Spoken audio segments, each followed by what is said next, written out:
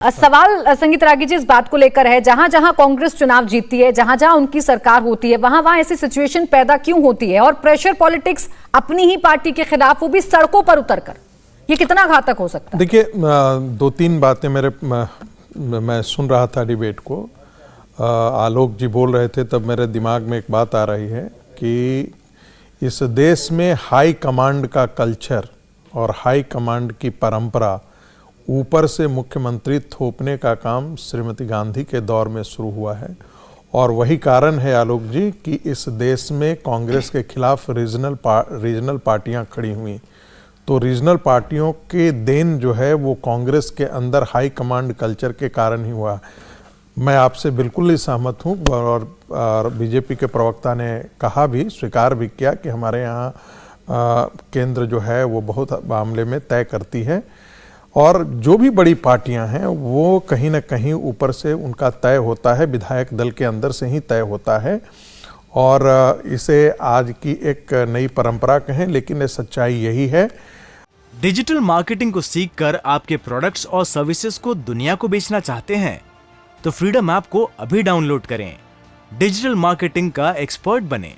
सबसे बड़ी बात यह है कि भारतीय जनता पार्टी का केंद्रीय नेतृत्व इतना मजबूत है कि वो यदि 3 मुख्यमंत्री भी बदल देता है तो उसके खिलाफ विद्रोह नहीं होता है। आपने इसे गुजरात में आपने देखा, आपने इसे उत्तराखंड में आपने इसे देखा, आपने हिमाचल प्रदेश के अंदर देखा, आप अन्य राज्यों में भी ऐसा देख रहे हैं। और शर्मा जी, जो के शर्मा जी ने एकदम सही इशारा किया और उसका विश्लेषण यही है कि केंद्रीय नेतृत्व चूंकि बहुत कमज़ोर है, गांधी परिवार आज के दिन में उनकी वो हैसियत नहीं रह गई है जो एक ज़माने में हुआ करती थी कि वो जो कुछ कह दें कांग्रेस पार्टी का नीचे तक वो भी स्वीकार कर लेगा। जैसा कि आपने राजस्थान के संदर्भ में आप देख रहे हैं, कांग्रेस नेतृत्व को मानने के लिए कतई भी तैयार नहीं है मुख्यमंत्री, उनकी बातों को कोई तवज्जो नहीं देते हैं।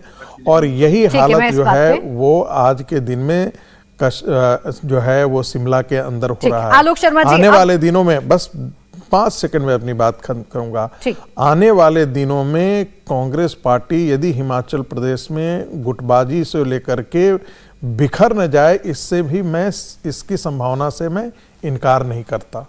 चलिए आलोक शर्मा जी, अब इस बात का जवाब दीजिएगा, फिर मेरे सहयोगी भी मेरे साथ हैं, उनसे लाइव जानकारी हम लेंगे, ताजा अपडेट लेंगे। लेकिन मेरा सवाल सिर्फ इतना भर है, विरोध होता है तमाम राजनीतिक दलों में और जो समर्थक हैं, जो कार्यकर्ता हैं, उनका असंतोष होता है, लेकिन ये कांग्रेस का क्या अब कल्चर नहीं हो गया है कि हर जगह आप सड़कों पर आ जाएंगे, अपनी ही पार्टी के खिलाफ आप शक्ति प्रदर्शन करेंगे? ये घातक नहीं है क्या?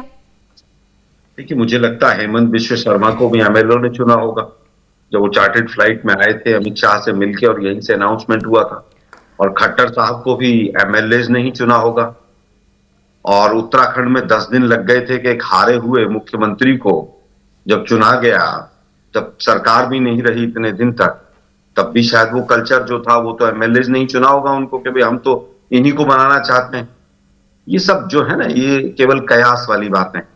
122 नंबर कमरा में याद दिला रहा हूं बार बार, उत्तर प्रदेश के मुख्यमंत्री का क्या हुआ था।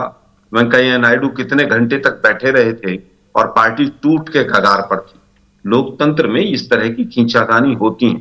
आडवाणी जी ने अटल जी के लिए और अटल जी ने आडवाणी जी के लिए क्या क्या कहा है, उसकी एक लंबी फेहरिस्त है।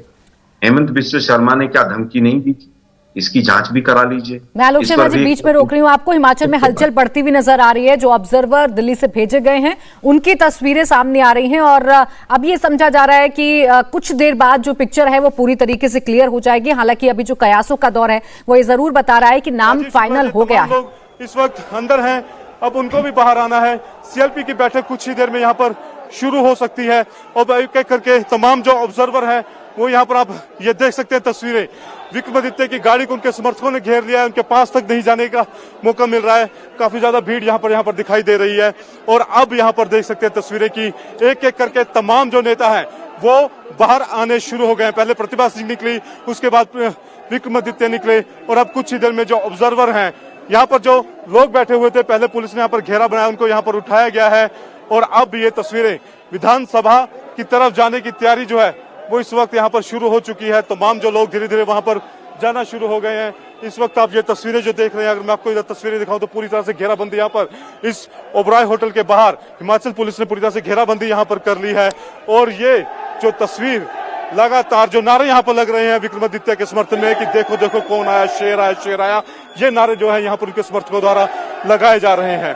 ये तस्वीरें विक्रमादित्य जो है उनकी गाड़ी भी अब विधानसभा की तरफ जाती हुई दिखाई दे रही है। यहाँ पे ये तस्वीरें आप देखिए, ये आप तस्वीरें देख रहे हैं, काफी ज्यादा यहाँ पर हल्ला गुल्ला जो है वो हो रहा है।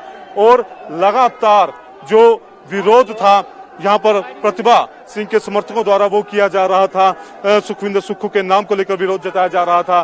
बहरहाल अब आप ये तस्वीरें यहाँ पर देख रहे हैं और कुछ ही देर में अब यहाँ से जो बाकी के लोग हैं वो भी निकलेंगे। तमाम लोग अभी अंदर हैं। डिजिटल मार्केटिंग को सीखकर आपके प्रोडक्ट्स और सर्विसेज को दुनिया को बेचना चाहते हैं तो फ्रीडम ऐप को अभी डाउनलोड करें। डिजिटल मार्केटिंग का एक्सपर्ट बने।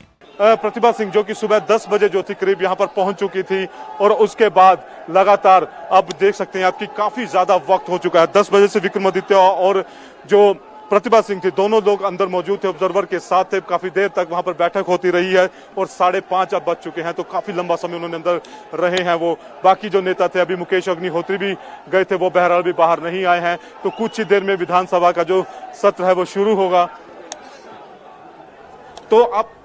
तो ये लोग जो हैं, अब आप तस्वीरें देख सकते हैं, तो ये मुकेश अग्निहोत्री जो है वो भी जैसा कि बता रहे हैं कि वो निकल चुके हैं यहाँ से और बाकी ऑब्जर्वर जो हैं वो अभी अंदर ही हैं। थोड़ी देर में वो भी यहाँ से निकलेंगे और यहाँ पर इस वक्त आप देखिए कि पुलिस ने पूरी तरह से घेराबंदी यहाँ पर कर ली है और यहाँ पर जो समर्थक बैठे थे उनको यहाँ से हटा दिया गया है। बहरहाल कुछ ही देर में अब जो सीएलपी की मीटिंग है वो शुरू होगी और उसके बाद जो फाइनल मोहर है वो यहाँ पर लगेगी। ये बिल्कुल, पुनीत ने अभी तस्वीरें दिखाई। तस्वीरें कह रही हैं कि धीरे धीरे करके अब जो समर्थक हैं उनका जमावड़ा था, लेकिन उस जमावड़े को भी क्लियर करा लिया गया है और शाम तक ये समझा जा सकता है, अब से थोड़ी देर बाद ये पता चल जाएगा कि हिमाचल की बागडोर अगले 5 साल में किसके हाथों में रहेगी। इंडिया टीवी हर वक्त हर जगह डाउनलोड करने के लिए सर्च करें India TV news Google play store या ऐप स्टोर पर।